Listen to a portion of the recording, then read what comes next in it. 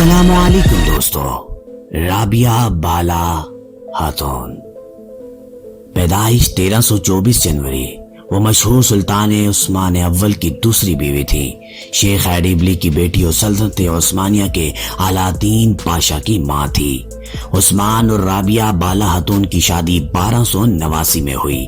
مرکزی حکومت کے ریکارڈ سے اس جائیداد کے بارے میں جو اسے شادی کے وقت ملی تھی، بیلک ضلع میں کوزگوگ گاؤں، جہاں اس کے والد کا درویش ہاسپیس واقع تھا۔ ایڈیبلی عثمانی علاقوں میں ایک بااثر مذہبی رہنما تھا۔ ایڈیبلی کی بیٹی کو مختلف ناموں سے مصادر رابعہ اور بالا میں بلایا جاتا ہے، جس سے پتہ چلتا ہے کہ دوسری بیویوں کے نام ہو سکتے ہیں۔ شیخ ایڈیبلی کی بیٹی کو یورپ کی تاریخ میں رابعہ اور نیسری کے لوگوں میں ملعون کہا جاتا ہے۔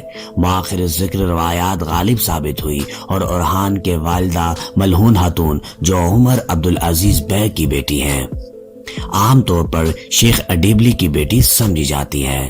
سلطان اورحان کی تعمیر کردہ ایک درویش خانقاہ کے لیے 1324 کی سرمایہ کاری کے کام سے پتہ چلتا ہے کہ ان کی والدہ، جیسا کہ مقبول تاریخی روایت رکھتی ہیں، ایڈیبلی کی بیٹی نہیں تھی، بلکہ ملعون خاتون ایک عمر بیگ کی بیٹی تھی۔ اناطولیہ کی شاہی خاندانوں کے زیر استعمال بیگ کا عنوان بتاتا ہے کہ ملعون خاتون کے والد ایک مخصوص حیثیت اور اختیار کے شخص تھے۔ وہ 1324 میں انتقال کر گئیں، اگرچہ وہ اپنے شوہر عثمان سے پہلے تھیں، لیکن انہیں اپنے والد کے ساتھ بیلک میں دفن کیا گیا تھا۔